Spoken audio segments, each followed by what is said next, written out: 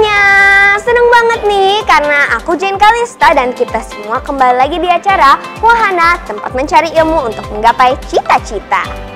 Nah, coba sekarang teman-teman tebak nih, kita sekarang lagi ada di wahana apa? Hayo, coba tebak. Yup, bener banget, kita sekarang lagi ada di wahana Auto Car Wash. Nah, di sini tuh biasanya berderet mobilnya bakalan tunggu buat dicuci nih, supaya nanti jadi bersih banget.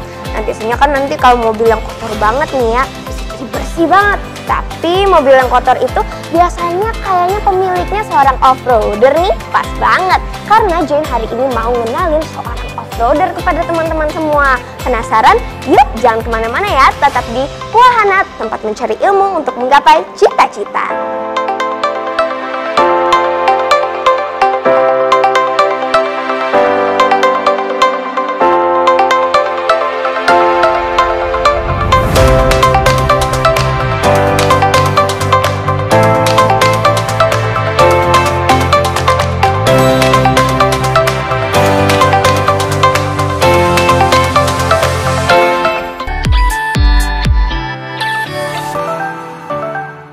Oke teman-teman, sebelum kita wawancara off-roader kita hari ini, Jane mau ngomong nih bahwa seorang off-roader itu adalah seorang pembalap mobil ataupun motor yang tracknya tuh off-road. Jadi bukan di jalanan biasa, tapi lebih kayak yang ada alam, pokoknya agak berbahaya tapi pokoknya seru banget deh. Apalagi tamu spesial kita adalah seorang perempuan. Ada lady off-roader dan juga seorang dokter gigi namanya Onti Linda. Onti Linda, coba sapa-sapa teman-teman yang ada di rumah. Halo teman-teman semua. Yeay, oke, nah sekarang teman-teman, Jane bakalan mewakili teman-teman semuanya untuk tanya-tanya nih tentang seputar profesi off-roader ke Onti Linda.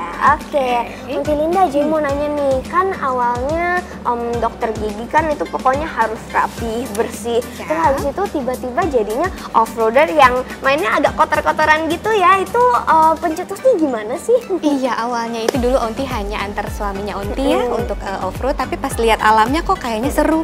Terus Onti coba, ternyata pas lewatin lumpur yang susah, ketika berhasil itu jadi semangat sekali, jadi percaya diri. Jadinya Onti perdalam lagi tentang off-roadnya. Oh gitu, jadi ada kepuasan tersendiri ya Onti ya? Betul. Oke. Nah selanjutnya Jane mau nanya nih, kan kalau anak-anak seumur Jane nih kan masih belum boleh nyetir ya. Akunya juga gak bisa, kakinya belum nyampe remnya. Terus habis itu kalau misalnya Jane mau main-main di sekitar track off-roadnya itu boleh nggak sih Onti? Oh boleh, nah, biasanya kita ada off-road yang tracknya sudah dibuat, jadi aman untuk anak-anak, jadi boleh ikutan. Oh gitu, wah aku baru tahu loh teman-teman, pasti semuanya juga baru tahu. Oke, nah selanjutnya Jane juga mau nanya nih, Onti kan seorang ibu rumah tangga juga, dokter gigi juga iya, dan sebagai hobi off-roader juga iya. Nah itu bagi waktunya gimana sih Onti? Kebetulan Onti ini dokter di salah satu kementerian di Jakarta. Terus jadi kerjanya kan Senin sampai Jumat. Jadi off-roadnya Onti pilih tuh antara Sabtu atau Minggu. Jadi bisa ajak anak-anak sekalian family time. Jadi sekalian bagi waktu. Wah, keren banget Onti. Kan biasanya kalau off-roader itu kan agak berbahaya dan memacu adrenalin banget tuh, dan mayoritas biasanya pria yang melakukannya. Terus kok bisa sih Onti tiba-tiba, oh yes, aku perempuan dan aku tetap mau off-roading, itu gimana tuh? Oke, emang tuntutan zaman sekarang ya, perempuan juga wajib bisa mengerti safety drive itu seperti apa. Jadi dengan seperti itu, apalagi lihat dengan alam yang sangat-sangat mengagumkan, kita bisa lebih dekat dengan alam, dengan trek yang sulit bisa dilalui, itu sangat-sangat membuat kita menjadi lebih percaya diri ya, lebih semangat. Gitu. Oke, siap Onti. Kira-kira menurut Onti bertolak belakang nggak sih antara hobinya Onti dan pekerjaannya Onti? Oke, antara pekerjaannya, selama kita melakukan hobi kita di luar waktu, tidak mengganggu tugas kita sebagai atau dalam menjalankan profesi, itu sangat-sangat tidak bertentangan sih menurut aku. Oke, gitu. Jadi kalau misalnya kalian punya hobi dan satu pekerjaan terus beda banget, tapi nggak apa-apa, yang penting bisa seimbangin terus ya Onti ya. Diatur waktunya. Oke. Kalau misalnya kan kalau lagi off-roading itu kan di alam tuh nggak terlalu banyak orang kan, nggak kayak kita kalau lagi jalanan biasa kan ya. Nah itu Onti suka ngebut gak sih?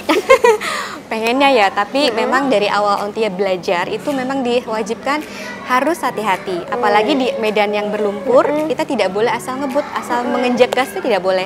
Jadi memang harus hati-hati dan main persneling ya. Mungkin nanti kakak belajar itu ada persnelingnya, jadi harus hati-hati sekali dalam menginjak gas itu.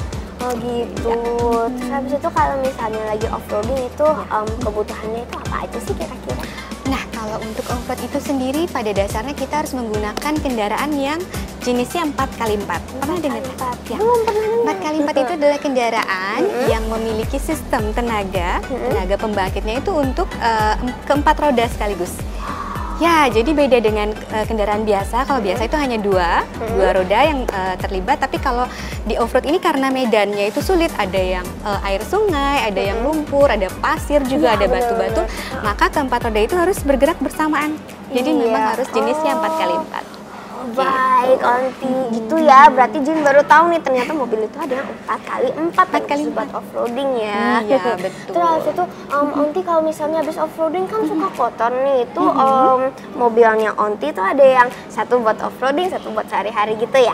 Iya, harus disediakan khusus ya untuk off-road. Ya. Terus yang buat off-roading itu dicucinya berapa berapa kali? Biasanya itu nanti yang di karwas tuh kaget, ini pasti habis off-road soal karena lumpurnya banyak sekali ya. Jadi memang harus segera, karena kalau tidak segera itu bisa nempelnya keras sekali lumpurnya, akhirnya malah makin sulit.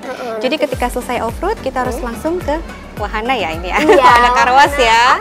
Ya, ini penting sekali soalnya untuk menjaga kebersihan kendaraan kita. Benar banget. Oke guys, pertanyaan terakhir nih. Onti, kira-kira perlengkapannya itu apa aja sih kalau buat off-roading gitu, kayak misalnya safety belt dan ini itu segalanya? Oke. Perlengkapan itu sangat penting ya. Pertama perlengkapan safety, itu seperti helm. Kemudian ada, ya sebetulnya di mobilnya sendiri itu perlu ada namanya roll bar. Jadi dia seperti rangka besi, jadi 6 titik depan, tengah, belakang. Itu untuk melindungi bodi dari kendaraan kita.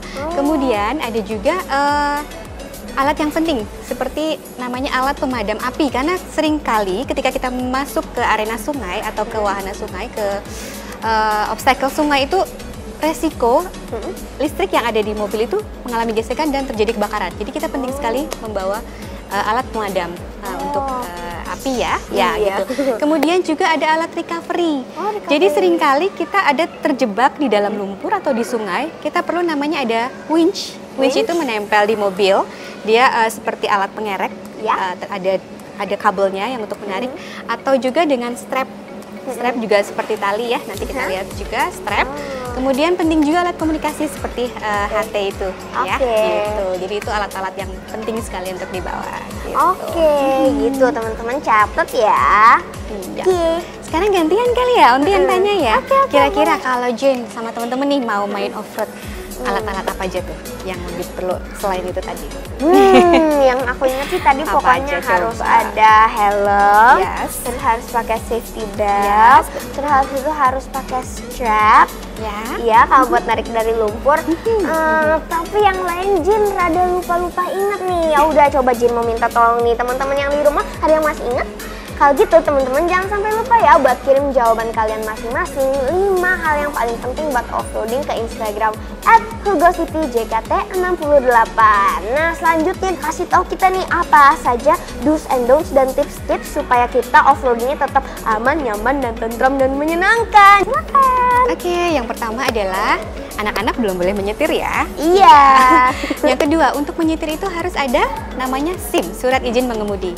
Dan yang ketiga, kendaraan kita harus dilengkapi. Satu, pastikan remnya tidak blong, itu bahaya sekali. Kemudian pedal gasnya juga, kita nanti lihat pedal gas. Kemudian ada kaca spion untuk melihat kondisi di belakang kita.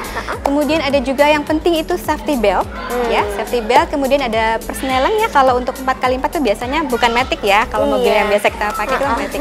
Biasanya itu ada persnelingnya untuk mengatur kecepatan juga di situ. Kemudian kira-kira kalau mau off-road biar aman dan nyaman tadi, kita pastikan dulu mental kita siap atau tidak. Ya, kita beranikan diri dulu nih, harus berani dulu. Kemudian cek lagi nih kondisi kendaraannya, 4x4-nya berfungsi atau tidak. Walaupun dia sudah 4x4, kadang 4x4-nya tidak berfungsi. Ya, jadi sudah masuk nanti beresiko buat kita ya. Kendaraan kita dicek, semua dicek, alat recovery-nya dicek, tadi yang winch ya, untuk penariknya dicek juga. Kemudian lihat kondisi alamnya. Kira-kira ini memungkinkan tidak kita melewatinya? Kira-kira kalau terlalu sulit, lebih baik kita menghindar. Jadi tidak ambil resiko. Jadi kita harus mengenali alamnya juga.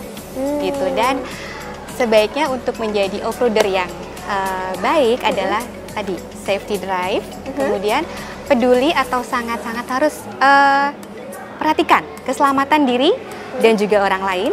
Kemudian keselamatan kendaraan, ya kita juga harus berhati-hati supaya kendaraan kita tidak mudah rusak. Juga harus menjaga alam. Jadi sebaiknya kita tidak merusak alam yang kita lalui. Benar. Dan jangan lupa berdoa untuk mengawali seluruh kegiatan off-road. Oke, jadi jangan kalau ada terobos terus aja, jangan. Kalau itu mending stop aja, harus kira-kira. Benar banget. Oke, makasih atas ilmu dan wawasannya dan juga kedatangannya. Oke, Jen sekarang akan mengucapkan sampai jumpa kepada teman-teman yang lagi nonton di rumah. Sampai ketemu lagi di episode baru di mana lagi kalau bukan di Wahana, tempat mencari ilmu untuk menggapai cita-cita. Yeay!